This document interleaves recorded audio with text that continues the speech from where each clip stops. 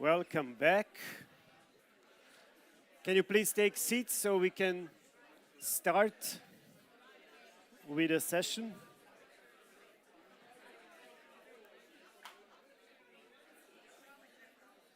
Hello.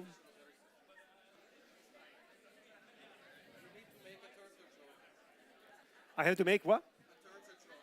A turtle joke. I know that's Anita's competence. I'm beyond that. I can do some others, like lizard jokes, for example. Yeah, lizard jokes. Okay, welcome back. Maybe there are a few more chairs there and a few more chairs here, so please take the chairs. Okay. Maybe just a question, how were the contributions, forums? Maybe if you can share a sign or clap or... Okay. Woo! Thank you for the contributors, so helping us all learn about innovative practices here. Okay. So, I'm mindful that we also have online audience waiting for this session to be live streamed. So, checking with the technical team, we can start officially? Yeah, okay. So, welcome to the session about futures of youth work. And also greetings to our online audience who was patiently waiting for the session to start. We've been talking about futures of youth work already for 2 days here, but this is also the moment when we can see this question from a little bit more research point of view. And it's been an exciting process that lasted almost a year in a very, very interesting, also for me personally, very innovative experience of jumping into research methodology that is not really a standard classical quantitative research methodology that we, let's say, learn at universities sometimes, but it's something different. And probably by looking at the future, we need different methods and different methodologies to look into the unknown. And I think that was interesting example. I'm also very excited because this was this moment, like lots of people were waiting. Let's hear what the research will say about the future. Although, as Adana said yesterday, it's really not about prediction and we don't really have a crystal ball and tell you, okay, research in 2050 will look like this. But there will be some interesting glimpses and let's see what we can do at present time to think about future and how research will help us in doing that. The research was done by the team of 4. So Aleksandra Szymczyk, maybe big applause to Aleksandra.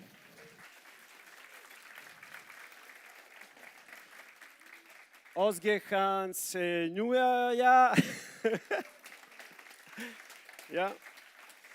Gisele Evrard is here. Woo! And I think I helped a bit, so I could not say, but I have a bit. So thanks a lot. Before jumping into the research results and outcomes and scenarios, I give back word to Sonja Mitter, coordinator of the Academy, to tell us a little bit about why actually this research was actually done in the framework of the Academy. So welcome Sonja and applause to Sonja.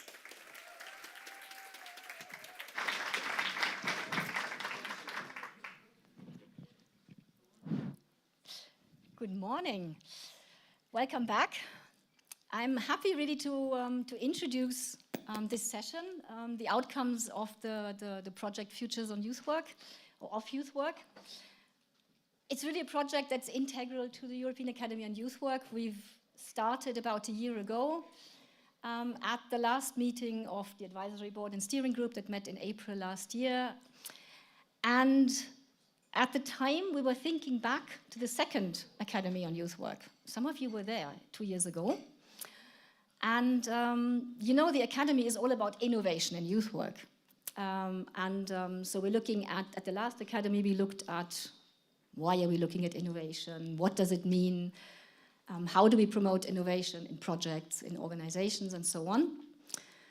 And of course, innovation always in relation to what is actually happening in society as a response to trends we're seeing and developments and changes taking place. So in a way, it was a natural follow-up after focusing on innovation itself to say, okay, maybe we need to take a closer look at what is happening actually around us and in response to what we need to think about how the field needs to develop further. And at the second academy, we had a guest speaker, a key speaker, Professor Gary Pollock from Manchester Metropolitan University, professor of sociology, and he talked about a research that they had done a few years ago on developing future scenarios of young people. And we thought, actually, we got intrigued by that. And we thought, this is actually really an interesting question to see, to envision what might be the changes and what impact might they have on, in this case, young people. And then we thought, okay, maybe this could be something actually to look into more closely for youth work. So if we're looking at the big developments and then saying, okay, so what, we're looking around us at what's happening, what is the impact on that, or what could be the impact of that on youth work in different environments? And the academy is a space, as you're hopefully experiencing at the moment, where we want to create a platform for conversations, right? For dialogue, for hearing different voices, encouraging discussions about how people and how the field can move forward. And we thought this project might be a good environment to actually encourage such a project and undertake such a project of looking into the future of youth work. It's a bit of an experiment for our field. I know there are expectations around the project has been introduced, but it's also new to our field. There have been these kinds of future foresight projects have been done by different groups, we know that, but not at European level in that sense, at European level youth work and looking at that in this context. And I would also like to stress that we are a little bit experimenting with this methodology. You've heard Adana yesterday talk about the experience, a couple of projects she was referring to that were undertaken in California or in Japan, involving thousands of people. That's, of course, a very different dimension to what we can offer. But nevertheless, it's a very interesting step forward. You will hear about it more in a minute. And we thought, besides looking at the scenarios, it's also interesting to look into the process as such, of seeing how, so if we're developing scenarios, what kinds of responses that will provoke maybe in us, of what does that mean for us today if we're hearing about what could happen in the future, how things might develop, engaging with it, developing recommendations on what actions could or should be taken today, and also to look at what competencies do we need in order to actually engage with this kind of envisioning and possibly also then co-creating the future of youth work. And to see how the method itself, the methodology itself, can be interesting for us and how we can use that. So I'm very happy to hand over to Özgehan and Alex to present actually the outcomes of the research and to give you more information also on how we worked. We hope you will find it interesting and you will also just then react to it, engage with us on it, because it's a collaborative project. I think it's very important to emphasize it's a collaborative methodology itself. It should involve many people and not be done in some back room by some experts only. So as Adana said, really every voice matters, and we're also interested in hearing then also how you will react to it and respond to it and what you will think about it. Thank you. Clicker, let's hear it.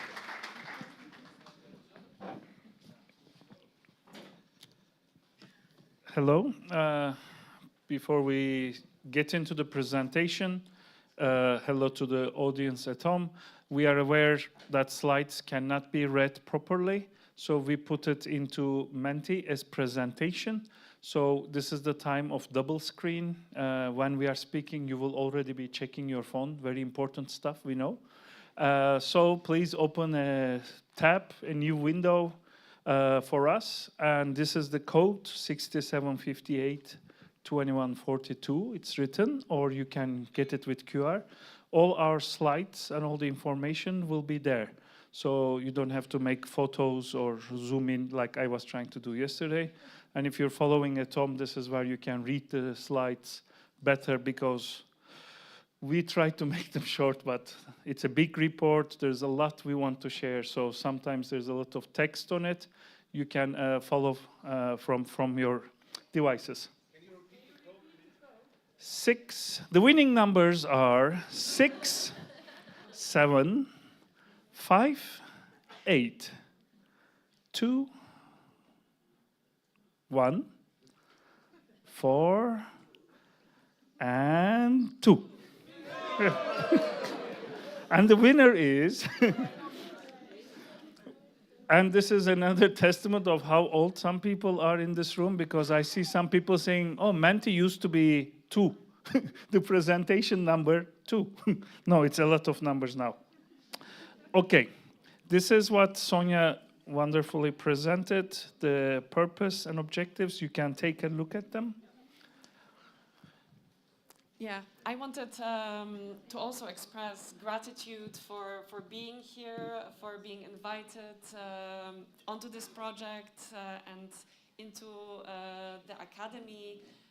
It was a really wonderful journey that we took together, the four of us, as well as with Sonia, who was supporting this whole process throughout. It was really a great experience to get to know everybody and also explore futures of this very vital and important field. Yeah. Thanks, Alex. I'm Özgehan, and as Alex said, we were very excited, and this was a very engaging project, and we are very proud and excited to present it. And to a little bit tell you about it, we will present the findings now, but then we have exercises to discuss, to go over them. And it is, as Sonia rightfully said, it is not about predicting the future. This is not an exercise. We are aware that seeing the future has been a fascination for humankind since the ancient times, because people tried anything to be able to see the future. Different cultures are present in this room. In my culture in Turkey, we drink the coffee and try to see the future through the coffee. In some cultures, it's the tea leaves. Some cultures, they looked at the stars. Some places, they looked at the fire. And all the goal of trying to see the future. And going back to what Adana was presenting yesterday, future is not linear. It's always the mental image for us that past is behind and future is ahead. And we're looking towards the future and we're walking towards the future. But once you start thinking and going deeper, you realize that in reality we're walking backwards. What we see is the past and the present. And the future is behind us, which we don't see. That's why they were in search of the coffee, the stars, trying to catch it, trying to see it. It's definitely not our aim to predict. We don't have a magic ball, as Darko was saying. Our aim was to discuss. And our working motto was this lovely poem, these very wise words from another Polish woman. I will not dare to say the name. Wisława Szymborska. That's a... I should have moved my lips as if I'm saying it. But when we were doing the research, we were feeding a lot from literature about movies. You will see we are quoting a lot. And this was very illuminating for us, because the moment we said future, the first syllable was already in the past. So future is now. Future is not something waiting for us there. It's happening all the time. So this was our working philosophy. And please keep this in mind when you hear our presentation of the research. Exactly. It was also, from the outset, as Sonia already mentioned, the vision of this project was participatory. We will now walk you through the process and everything that we've done to come to this point in the project. But first of all, I wanted to thank you, everybody who participated along the way, either as signal spotters, as experts for interviews and people participating in our resonance workshop. I know some of you are in the room, so maybe raise your hand, and I would like to invite everybody to give a round of applause for everybody that engaged in this project. Thank you. You made this possible, and we hope that you feel that this project belongs to you as well. So from September to October, we had a group of diverse signal spotters from across Europe engaging in horizon scanning. Adana yesterday presented us with a beautiful introduction to the methodologies of foresight, so we will not be going over that again because we have only limited time. But the idea was to try to pay attention to even the weak signals from diverse sources such as news, research, but even casual conversations that we have at a dinner table that might spark insight about something that could be developing in the future. Additionally, we had interviews with experts from fields of youth work, from academia, technology, and other fields to deepen our insight and help to synthesize the inputs that we discovered through signal spotting.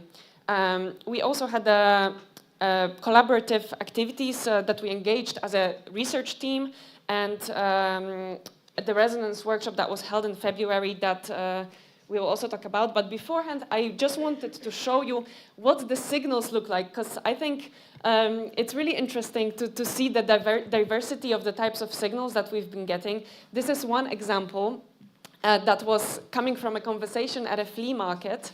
And it was, a really great and interesting signal to, about the loss of analog skills and different changing ways of life. We also had signals that, were almost like a mini essay that provided sources and recommendations and really, really detailed observations and recommendations.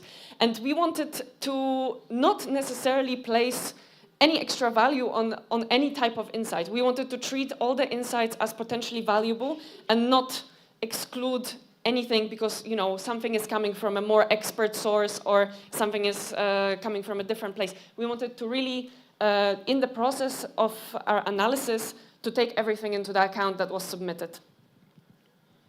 And this is an image of our process of trying to come from these signals into trends and scenarios. When we met as a team in Ljubljana in December, we were reading all of the signals. We were putting them on a table, trying to categorize them in some ways, putting them together, trying to figure out relationships. And we came with this huge, diverse network and map of all of the signals. And this is just an illustration of how it looked like. And one thing to emphasize is that we had a lot of signals in certain domains, such as technology, education, and the fact that they ended up in the center sometimes could be also seen a bit as something that happened in the process. We also similarly to, when looking at the signals, didn't want to just put extra emphasis on something because we got more signals in that area. So we, even in some areas where we got small amount of signals, we still wanted to include that in the report and still reflect on that, because this is the point. Some signals might be weak and we might not be ready yet to see them fully, but it's still important to reflect on them. And in order to go beyond, because we collected all the signals, we read them individually, we discussed as a group, and we wanted to resonate them, to go beyond our personal realities, because we all have a certain education, certain background. So the same signal we could read and interpret separately and differently. And when 5 of us discussed it, it was imminent. So we organized a workshop, a resonance workshop. This is one of my favorite paintings by Norman Rockwell. And I have to say that we were using AI image generator a lot. and you will see some of the images we have created using AI. But this is original. It's hanging in my wall, actually. It's called the Gossip. The Gossips, actually. A lot of people familiar with it. And we held the Resonance workshop to start the Gossip, to present, and to try to go beyond our personal limitations and biases. And one outcome of the workshop was very clear, that you cannot speak about the future, you discuss about the future. The moment we presented our scenarios, it started a discussion. What kind of a discussion? It was a discussion about agency.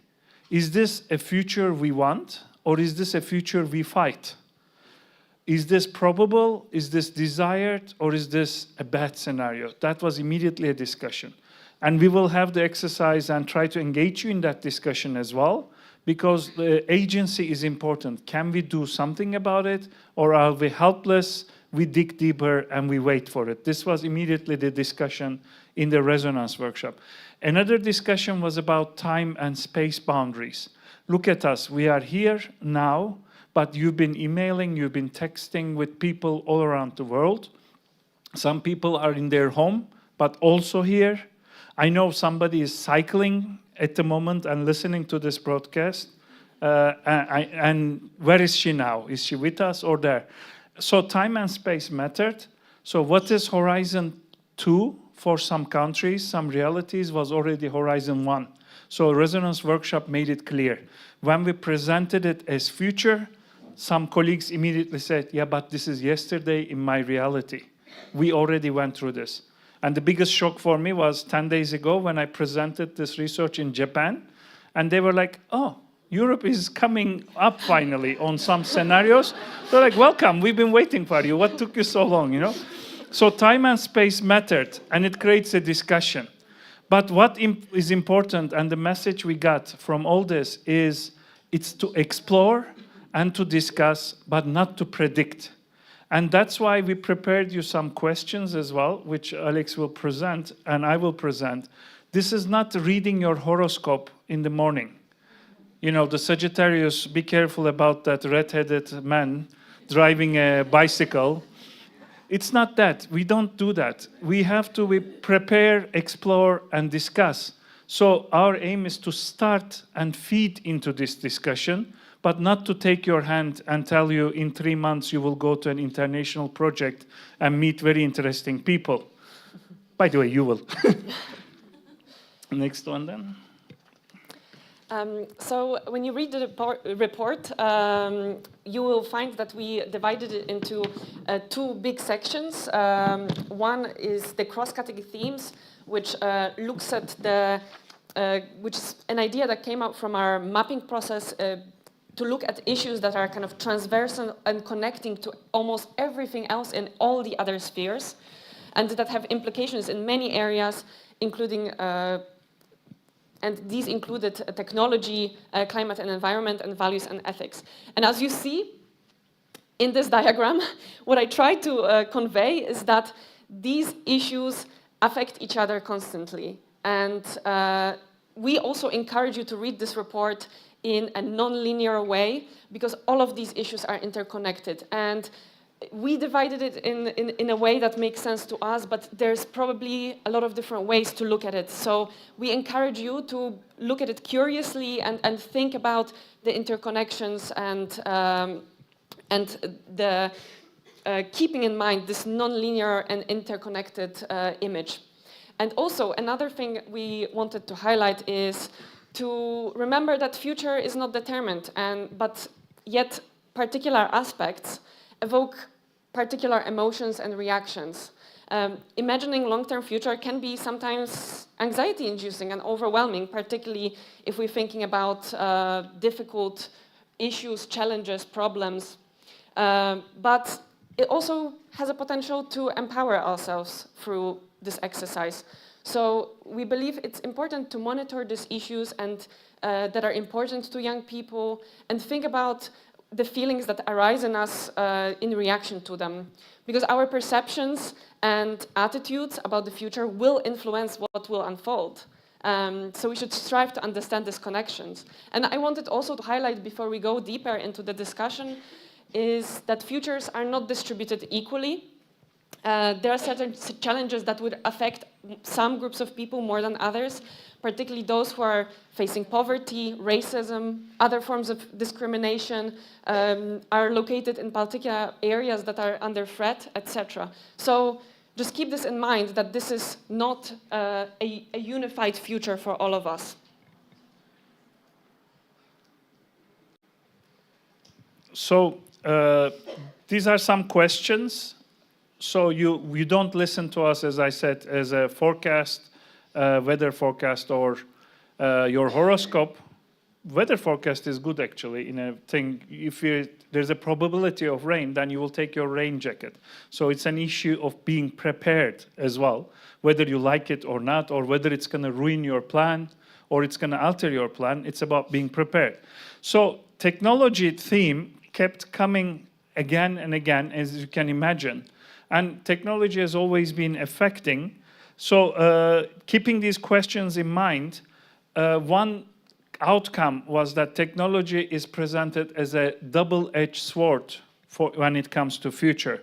It can do good and it can do harm. One strong good was, for instance, it can help personalized, engaging custom education through VR, AR, all the abbreviations in the alphabet, think about it. And it can help making education, for instance, accessible for different places, customized, personalized.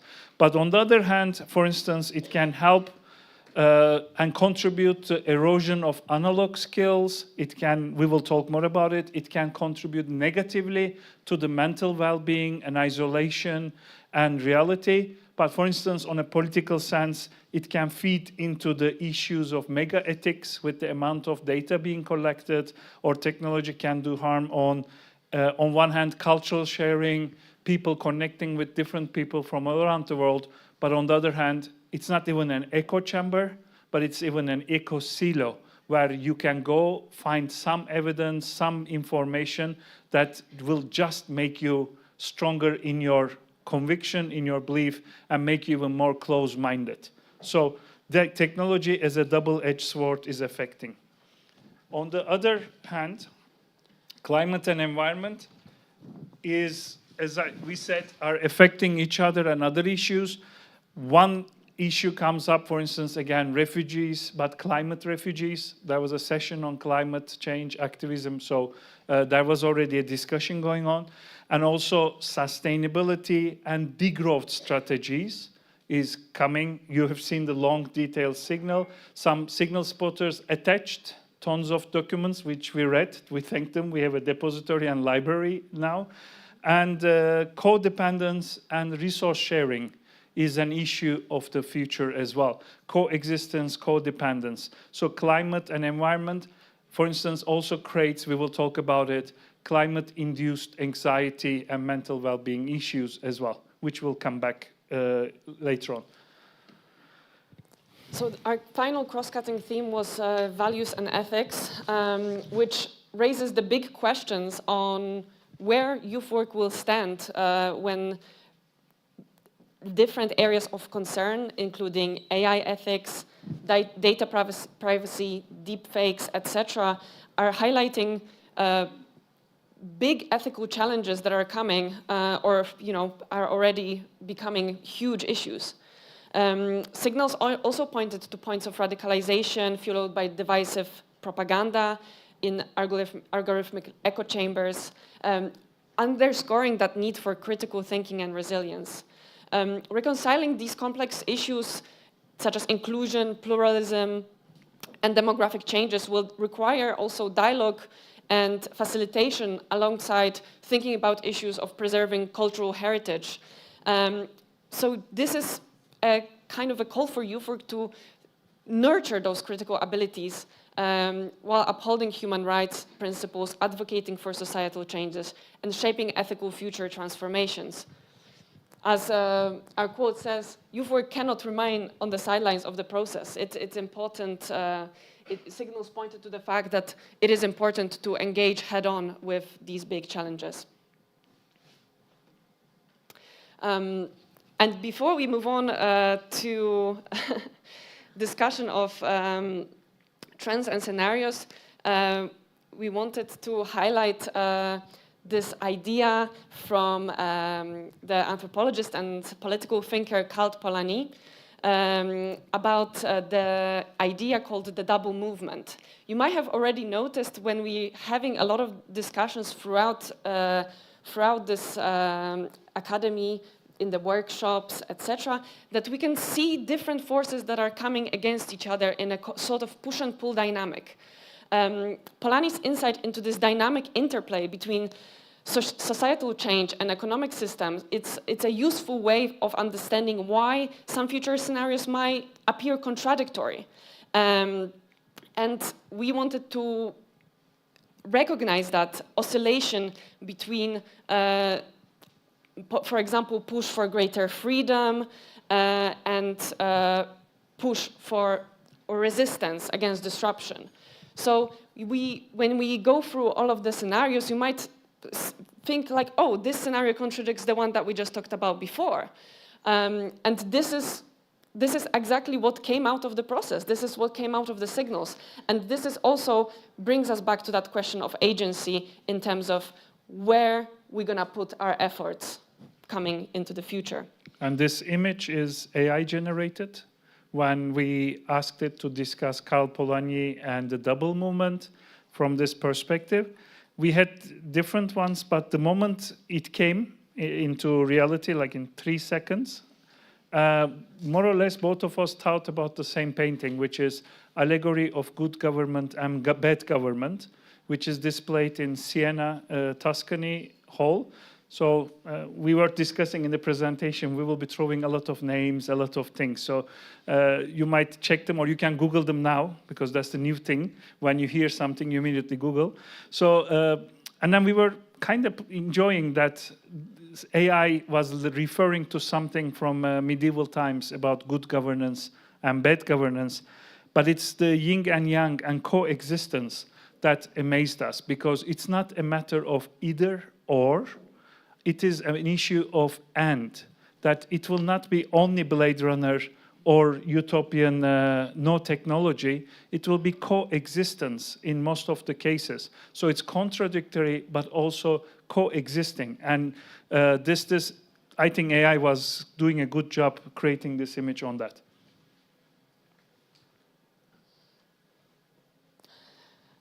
So when exploring these potential trends and scenarios, we continuously want to acknowledge this interconnectedness between them.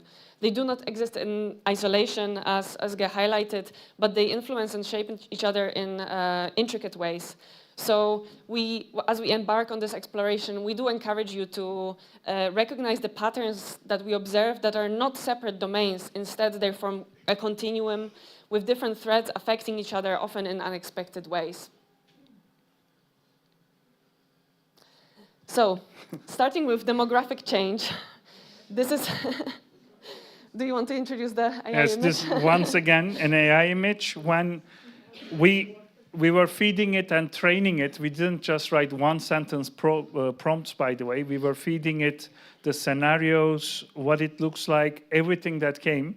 This is an exercise, actually, which tonight we will be sitting and talking. So if anybody comes to our lounge, we can explain, because each and every item here refers to one part of the massive scenario we were feeding, such as analog skills on others, which Alex will present. But keep this image in mind when Alex presents these scenarios. Demographic changes, such as aging population, migration flows, and evolving family structures, are already profoundly reshaping the social fabric. And the fact that there will be much fewer people in the future will also influence the expenditure plan and governmental priorities. This will have significant implications on how resources are allocated and what priorities exist and are set on government levels.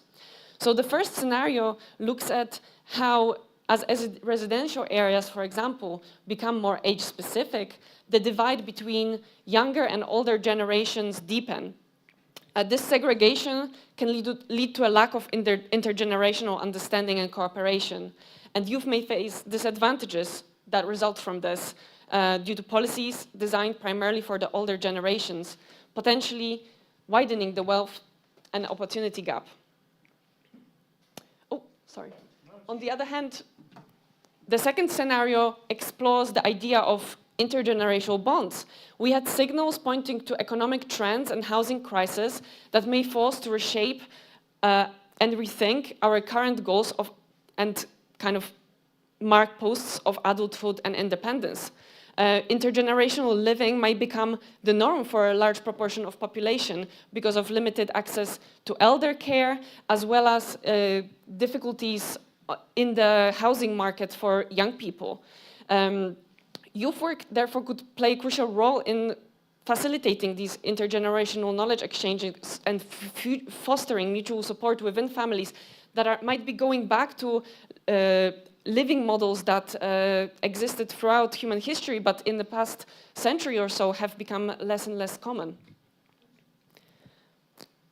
Another scenario looked at how youth work may evolve into elderly work or community work.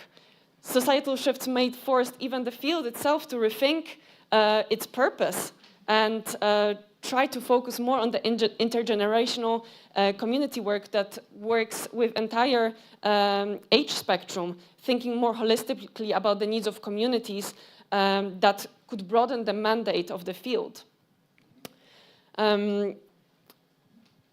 Solidarity for the Anthropocene is another scenario, and of course we're not going to have time to go through each and one of them of the scenarios whilst in this presentation due to time limitations, but I hope it gives you a flavor of what you can expect when reading the report and engaging with it. So Anthropocene is the age where human activity has resulted in the fact that there's no more cheap nature. And as notable anthropologists, I'm an anthropologist, so I'll be weaving hopefully some anthropological insights throughout. Anat Singh called Anthropocene as a moment where we lose places of refuge, not just for humans, but for other species. And because they are poisoned, they disappear due to fires, due to climate, for various reasons. And this results in issues such as climate-induced migration, and that forces us to rethink how we engage with each other, what solidarities we build between ourselves as humans, but also other beings, and how can we make this era of Anthropocene perhaps as short as possible. And then another issue we had was high-tech, low life. I can summarize it like that, where we see technology affecting the lives in a certain way, and especially in culture, social behavior, and a lifestyle. When we were going over the slides, we were checking each other's codes to make sense or not. And then it made me remember that Matrix, which was revolutionary future, was released in '99, which is so far back that it's like quoting, you know, when people quoted Gone with the Wind to us, we would like, oh, and then I'm quoting Matrix, which used to make you cool 20 years ago, and now people are like, I just Googled it, it's an old movie. So follow the white rabbit. But it still keeps its validity. There are 4 scenarios we came up with. And very briefly, entertainment is a mixture of, again, time and space. When do you get entertainment and how do you get it is changing. But also, it is changing from a possible, in this scenario, from a passive receiver role to customized participatory active role. Look at this. I mean, last time I drew a stickman, they called an ambulance because it was so postmodern and so bad. But now I can create images with zero talent in drawing. So this is helping people to express themselves artistically despite the lack of talent. Is it good, bad? It's a whole debate for us to have.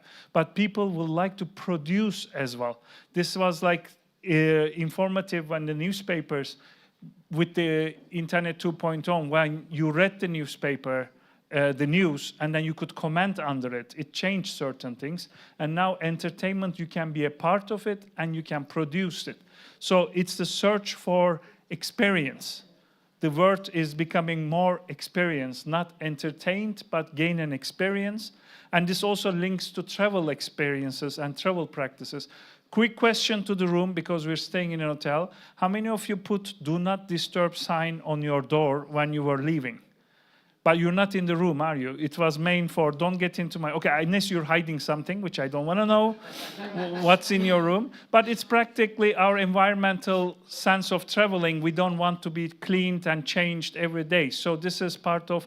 Nobody trained us to do it. There was no public campaign. It just happened. People started doing this kind of things. Just like carrying your own water bottles around. There is no rule, there is no suggestion, no big posters. People just do these things. So this will be reflected in journey traveling and conscious traveling experiences. One thing we were coming up with, less tourism, more travelers and traveling.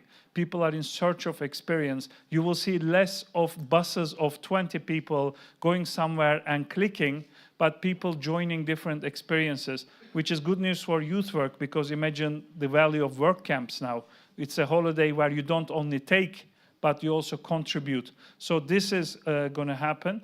And digital nomadism is a good example of how they are interlinked.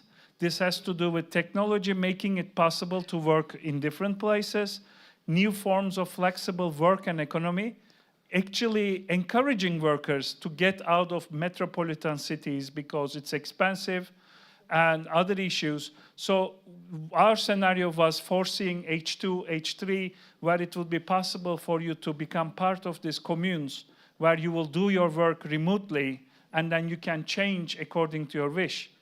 And then future is now. We built this, we were excited about this scenario, and then 5 days ago, we read this article that such communes and places already exist, talking about this Danish family who are raising their children through digital nomadism. So you go to a country and there are already places that you can be a part with facilities for you to work remotely, taking care of legal things. So in some cases, this is already happening. But coming to youth work, are they just living in complexes and parasites to the society because the climate is nice? Because some of them are in nice places like Thailand, South Africa, where the climate is agreeable, weather is clean. But what do they give in return to the community? Where is the responsibility of it? What is the ethics of it? This is what we're saying. It's all interlinked. Work, travel, technology, entertainment combined brings about technical and ethical issues at the same time. And on the last issue, there is a lot of discussion going on. This is a major issue already. It's called FIMI. If you heard the abbreviation before, it is a top priority for EU, for West, foreign information, manipulation, and interference. If you Google FIMI, you will find a lot of research, policy guidelines. It's a top priority for the European Commission. And this media literacy, checking information, misinformation, disinformation is there. It's even in movies, this characterization. And again, young people are both the recipient and producers of FIMI. So it's something we will have to keep in mind in terms of culture, social behavior, and lifestyle. Can you just go back one to the AI drawing? So this was the low-tech, high-life. It's a different virtual, even breaking the physical versus virtual versus physical. Again, it's not versus anymore. It's going to be virtual and physical at the same time. In the civic sphere, we received a number of signals pointing to growing polarization in political discourse, democratic backsliding in certain regions, and overall lack of trust in public institutions. And this also leads to a rise in youth activism around climate change, equality, and rights, pointing to potential new avenues for civic participation centered on social justice movements. And the scenarios that we explore here point to diminishing political influence of youth and potential avenues of counteracting that, For example, should we push for lowering of the voting age? Another scenario pointing to grassroots initiatives and decentralization and increasing youth participation in activism, and how youth workers and everybody else can support that, and how we can contend with that, particularly if we're beneficiaries of the status quo. Another scenario that is also looking at questioning legacy institutions and rethinking governance models through innovative approaches to civic engagement, including those enabled by technology. And when we were talking about it, one signal we were talking about is, this is the year of elections. And just look at the age average of the candidates. Think about United States elections and their age average, which will have reference. And then it's one thing to make such candidates, such policies, and then putting the blame on the young people once again that they are not interested in politics, but maybe they don't find their place there. And, you know, it's like, again, blaming the young people automatically, but then not looking at what's happening. And so the future scenarios are connected, and activism, actually. It's not less and less interest, but different forms of interest and participation. And the same goes for education. And again, the quote comes from Pink Floyd, so that I don't have to do. But I think this is more accurate than ever. Education was interesting to look at because most of us are coming from informal and non-formal education and learning. And the bells are ringing for more formal education. The ancient model, coming all the way from ancient Greece, from golden age of Islam, madrasa and everything, look at me and listen to me and you will learn, is definitely not in the scenarios. There's the issue of passion learning, you know, no age, but there's access to education, access to learning. People will keep learning different things at their own pace, personalized and democratized. And then personalized AI tutors. Again, we wrote the report before here, and then ChatGPT reveals 4.0, and they have this short clip, if you have seen it, AI teaching about triangles to a child, a young person. So we wrote it before. They stole the idea from us. I have to say, this is the race against time. We started 1 year ago, and some things already are in the past, actually. Yeah. But this is personalized learning experiences is there, because at the moment, learning is so externalized in the formal education. You don't decide when you're going to learn history, how you're going to be evaluated. But in the future scenarios, it's very customized, personalized, individualized, which is the demand by the young people anyways. We all buy the same phone, and everybody customizes and personalizes from ringtone to how it looks. But still the education is uniform and standardized. So the future scenarios are all about different experience, interdisciplinary learning, but also it is possible through simulation, immersive experiences, and safe skill experimentation. As real as it gets teaching how to operate, they are doing simulations, VR, and augmented reality. So medical faculty students are already learning through experience without cutting real people. I don't know if it's good or bad, but I'm glad I'm not on the other side. Similarly, in the realm of work and economy, signals pointed to unstable and uncertain future with precarity, numerous professional changes, and the need for continuous development of new competencies and large-scale reorientation efforts. These changes provide both a challenge and an opportunity, and they also point to emerging concerns around environmental responsibility of current production system, pointing to a need for a pragmatic economic shift. I think we're going to go forward because I'm aware that we're running out of time, so... Yeah. Okay, and then in order to do that, we dumped all of it together, everything we were speaking. When you put them together, the community, other issues are all coming there. But the point is, we want to make, we will not go over them one by one, is none of them looks out of place. Some people said, I was there, that looks like my youth organization, that looks like my father's office, and you know, this looks like the cafeteria in my university. So this is to say that future, we will not wake up one day and we are in future, you are already in the future. So even the AI cannot come up with awkward, real, crazy things. Now, mental health and well-being, this is a slogan that we quite liked. It's okay not to be okay. And the scenario is, it will be okay not to be okay. Professor Gary Pollock have been pointing out, and British scholars have been pointing out that mental health and well-being issues are out there. It's a mega trend already.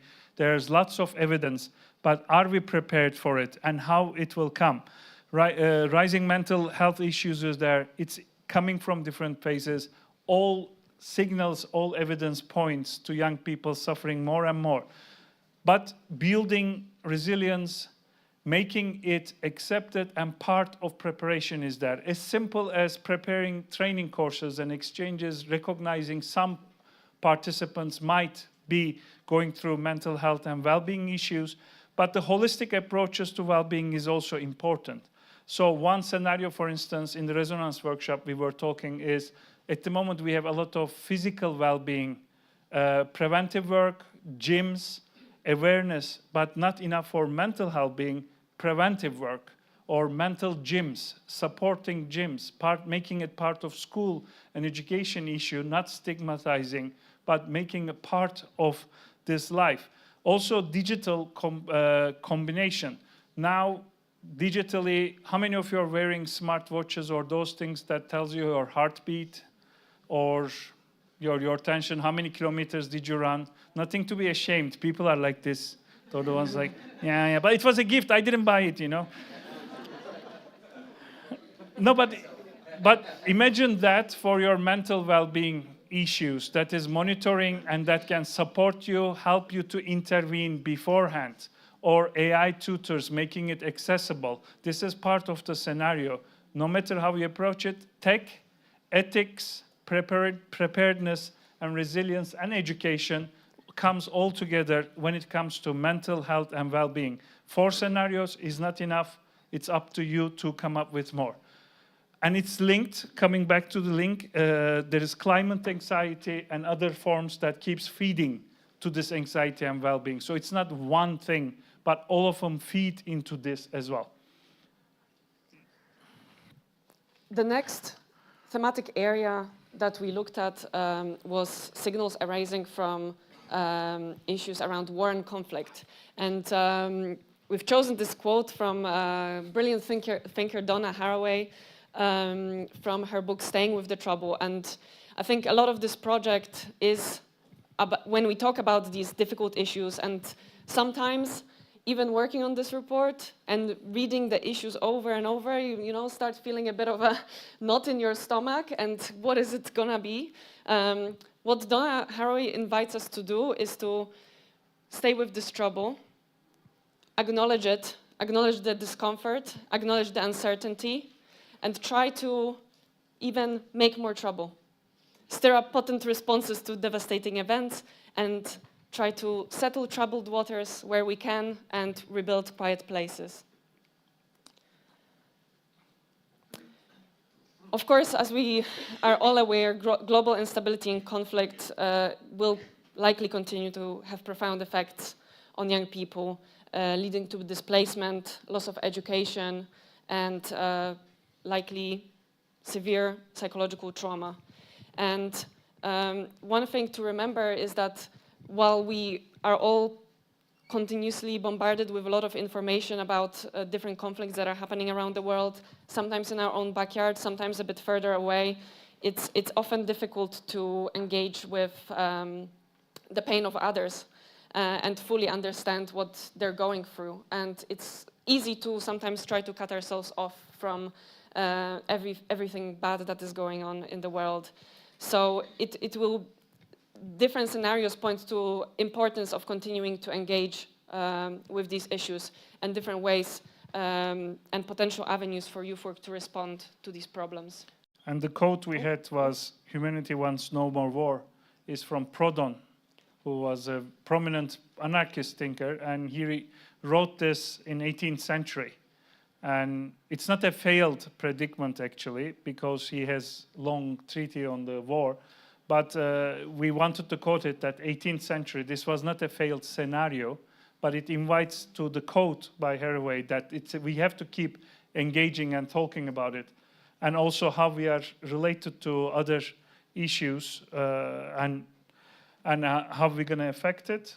We were thinking of another favorite philosopher of ours. Alex, let's bring up Susan Sontag to the debate as well. Yeah, I mean, Susan Sontag's famous essay regarding the pain of others talked about how exposure to development of photography and war photography especially allows us on the one hand to recognize what is happening on the other side of the world and the experiences of violence that do not affect us directly, but at the same time, due to lack of lived experience of these conditions, she poses the questions, can we actually really relate to what is happening in a photograph whilst we sit and drink our coffee, etc. So she invites us to question how can we broaden our empathic scope when rather than pointlessly engaging with gory images. So we might not stop war and Sorry. We might not stop war and conflict, but we are part of it, and it affects young people every day, and it will continue to affect them. And they might give different reactions, and it brings an ethical and practical responsibility for all of us to talk more about it. And then finally, we also received a lot of signals on how youth work will look in the future. Although the idea was we will collect the signals, and it was our task, but we received a lot of signals on the practice of the youth work. People gave us a lot of signals, actually, regarding the practice of youth work and discussing. And there were different aspects of it. Sustainability is there, long-term well-being was there, it should be part of the youth work. Inclusion of different people, be it climate refugees, be it conflict refugees, which is coming, and how to deal with the new skills and competences, new models of education, which was very glad for us to see because the sector is already ahead in the debate. The debate is already there. The youth work field is already discussing, talking, and coming up with solutions. Again, Resonance Workshop showed us that what we say H3 is already H1 in some countries, and they have a lot to share. So discussion and sharing became important for us. We don't have to invent the wheel now here because somebody has been riding it for some time, and that's why we give a lot of importance for us to discuss with each other. Next one, considering the time. Yes, so as we come to the end, once again, coming back to this idea of staying with the trouble. And one thing that is important coming through this experience and as we continue the discussions after these presentations, but also in the afternoon where Gisele will talk a little bit more about how we can approach these issues that we've been discussing here. We wanted also to highlight the importance of the way that we talk about different matters, the way that we tell our stories, and the way that we imagine the future, because it all will have an effect on the reality that we live in. So thank you for listening. And as we are both in the academia, now we're talking in our academic field, as we generally finish our classes, please do the readings. The report, and yes, you need to read it all. That's the question. Sometimes we're getting from the students, like, do we have to read all of it? I was like, okay, you can read half of it, but we will not tell you which half of it. But thank you for listening, and this is the moment we give you 4 questions. Thank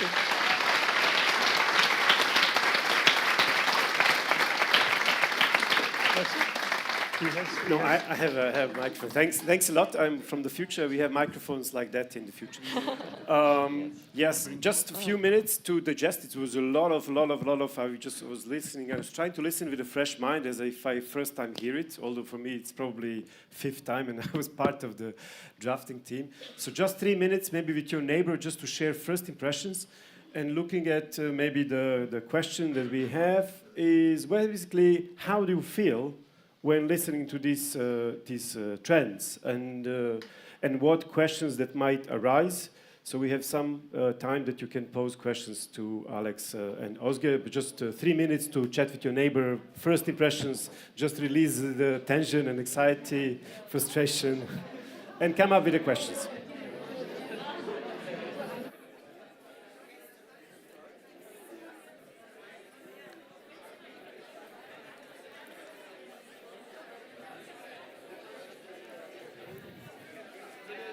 Bravo, bravo.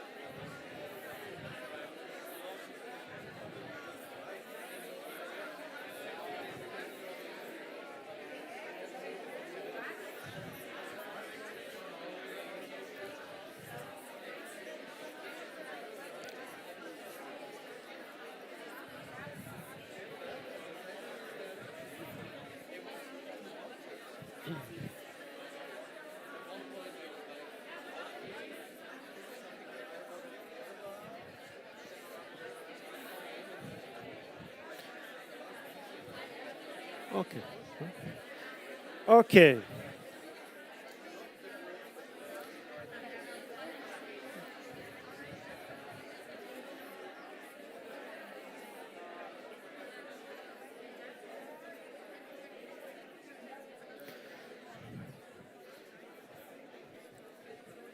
Okay. Okay, this is not to stop your conversation, just to pause. So we have some couple of minutes here to take some questions to Özge and Alex. And of course, the invitation for the lounge in the afternoon is there. So if you want to go deeper into that with them. And as I said already, the second part of the presentation will be after lunch with Gisele, talking more about implications about future readiness. But that's the next level. So, shoot. First questions coming from reactions from what you've just heard. Anita and Domagoj will be there, catching up with microphones. Hi, I'm Tomek. I was one of the signal spotters. And I need to say it was super exciting to me. And actually, I already met a number of colleagues who were saying, I also would like to do it. So in case you think of a continuation, then I already have a list of people that like to join. From my point of view, it was super interesting to hear. I think the factors of change that we have identified are quite general. And then the scenarios, to me, are quite too positive. Or maybe too much wishful thinking. Maybe because of my age, I don't know. So the question is that how much do you think the composition of signal spotters are actually influencing this, what we have identified? I'm living in a small village. Most of my neighbors will have no bloody idea what we talk about. And actually, when I see their aspirations, it's so much far from our potential scenarios that we have identified. So maybe it's just our specific nature and characteristic of the group of signal spotters. Thank you. Thanks, Tomek. The microphone is here.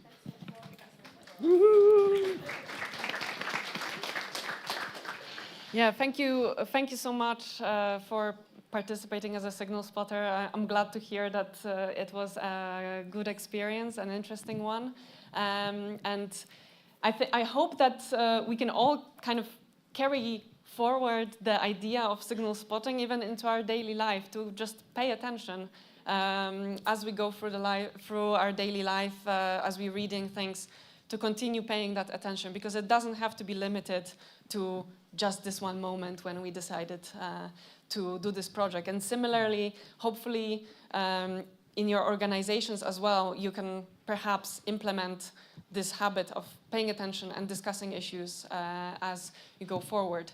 And of course, what we came up with came from the signals, and it inevitably is created by the composition of the people that participated. It's very hard to escape that, but we can all continue to kind of have these dialogues wherever we go.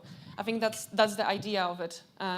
So this is not, to say that, and as you will read the report, you will see some scenarios are more pessimistic, some of them are more optimistic, some of them go completely against each other. So you will notice that, but it's more just to spark a discussion even with your neighbors, if you can, And there were so many quotes and so many authors and singers we couldn't put here, but they will go to the report. And what you said reminds me another very, very wise thinker, and what she wrote about Zadie Smith. And past is tense, present is simple, and future is perfect. So it's also what we will talk in the sessions afterwards, because we are aware that positive for one might mean very negative for the other, especially if we don't think out of the box and challenge the current paradigm we live in. If you want to criticize it, you might be against neoliberal market practices and putting all the pressure on young person to become more and more attractive and to become more employable, and creating anxiety, stress, and all kinds of other issues among young people, sometimes even resulting in exit, saying, I don't want to play this game anymore. So are we going to adjust and fix so it doesn't get broken, or we'll just dump it and get a new one? Is up to us to discuss, and it's very ideological. And I think this was the first agreement we had in the research team, which was, we will not, of course we have our individual convictions, but it is up to the academy and members of the academy whether these scenarios are desirable, or you want it or you fight it, and what you do about it, because it's ideology. But what our position was, prepare. We can prepare for it, and then it will be up to you individually what you're going to do about it. And that's why the rest of the day is designed that way, to discuss, to elaborate. So I might not see it positive, you might see it negative, but that's, I think, again, I will finish quote with Kurt Vonnegut and Slaughterhouse 5, another fantastic novel about time as a cycle. It's not good, it's not bad, and so it goes. So maybe, and so it goes. But I want to discuss, and I want to be prepared when it comes, because, wait, it just came. Thank you. Dragan. Thank you. My name is Dragan. Thank you very much for the presentation. Very interesting findings to begin with. My first impression, I just wanted to check it with you. My first reaction is, looking at all the scenarios under all of the topics, is yes, it can happen. I can easily imagine any of those scenarios happening at the same time. So for me, most of them, they don't exclude each other. They are not really clashing, as you said, Alec, with each other, but they are more complementary. And maybe I expected a little bit, maybe different directions in which future could go.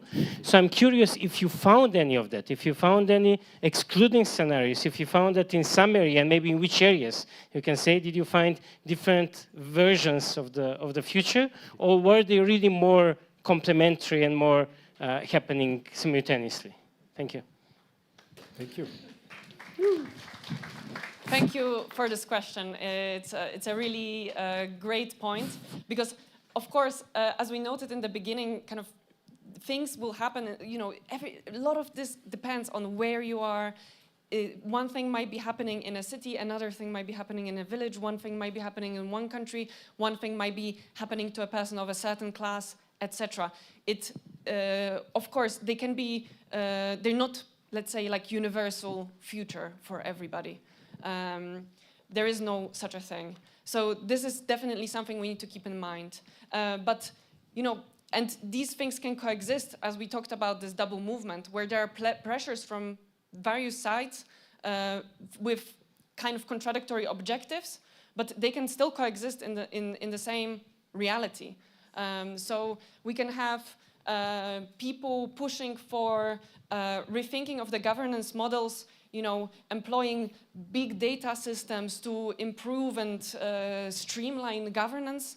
On the other hand, we could have people who are protesting and they want to completely change the system, right? So these are two various forces that could have kind of contradictory trajectories, but at the same time, they can exist in the same society at the same time, trying to push in a different direction and perhaps influencing each other in the process. Yeah. Thanks. It's a lively discussion going on social media. Maybe one more question from here. Who was first? Okay. Hello, I'm Claudia from Italy, and I am a trainer on artificial intelligence. So I found very interesting that adults are more attracted by artificial intelligence than young, and I was surprised by that. And I saw adults becoming children, saying, wow. And said the young are really, well, yes, another. It's like, TikTok or Instagram or artificial intelligence. And now we are doing an interesting project founded by EU, because when I train, I speak with people about artificial intelligence, or they hate or they love. And I say, no, it's not possible. Now we are doing this training with creative people, singers and poetry, and they find 1,000 aspects they don't love and hate. So I invite you to, when you come back to your youth centers or to your friends, to make them close the eyes and go out of the box and see with different eyes. So please, thank you very much to these expressions and everything. Thank you. Thank you, Claudia.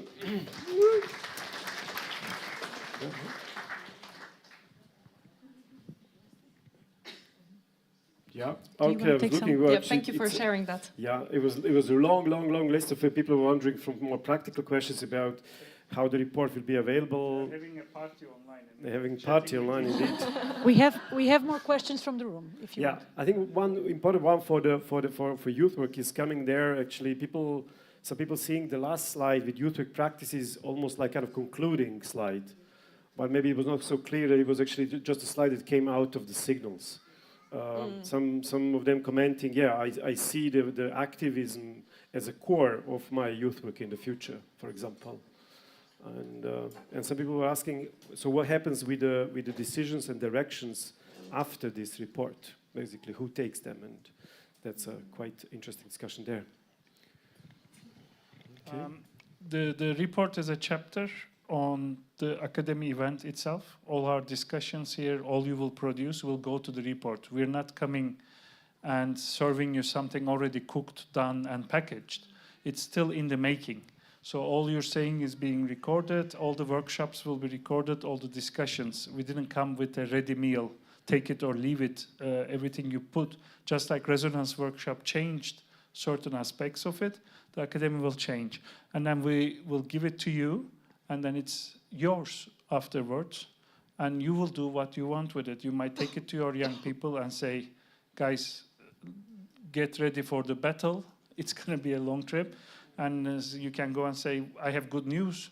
But at the end, it will be your decision whether you want more activism, less activism, you're going to fight it, or you will take it.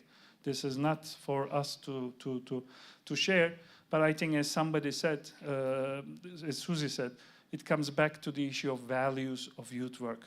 what are the ethics and values you draw for yourself, and does any of these scenarios threaten, challenge, endanger erosion of these values, or are they going to strengthen it? So it's also what kind of a future you want. By the way, a few people pointed out at early stages saying future has no plural. It's like saying chickens. Why are you saying futures? You non-native people, you know, don't you know English? And that was one of the biggest signal that different futures are possible at the same time with each other. We don't have one future. And each time, each step, that S at the end become bigger and bigger. And I think in the final cover of the report, it's even written with a different font, with a different color to emphasize different futures. It will be you choosing building or fighting that, or us. I'm not leaving yet, so. Thank you. One more, I think, and then we're closing slowly. Yeah, Jan from Italy. Actually, I think that the last couple of comments and sentences have already brought it up. So my comment was on the whole idea of the link between youth work and what I perceive a future need for more youth activism. I know it's a hot topic, but I think that strategically thinking about the future hot topics should be, uncomfortable topics should be more interesting than which app are we going to use or something like that. So it's already been brought up, so thank you. Thank you, Jan. We have one more question. Yeah. Can we still give space? It was here. Thank you very much. It's not much of a question, but of a comment, because the research is very extensive. But I would like the academy to look more at the trend that we have right now with regards to immigration. With migration, the conflict and the war is a major disruption right now, disruptor in everything. And it's so important that as youth workers, that we begin to identify with this even much more, because the AI technology is already in discovery, but the mental well-being displacement amongst youth coming in because of war is still yet to be found out. So I would like the academy really to concentrate more research on that, because empathy is not learned. Empathy is about experience. So it's important we have that included in the research. Thank you. Thank you. Thank you. I think that's for the moment. So in the afternoon, after lunch, I think Gisele will probably build on the last comment a lot, on this sense of, on basically this illusion of separatedness, that actually we can be living in our bubbles and not caring. There's one quote I like saying, the part cannot be well unless the whole is well. And maybe with that thought, I leave you with this. So in the afternoon, we'll speak more about, okay, so what are the implications for getting future ready? We speak about future readiness for 2 days, but the question is, more in practical terms, what do we mean by that? And that's where we're going in the afternoon. The report will be available soon, so there will be lots of reading to define soon, in the future, in the near future. Yes. So big applause to the research team.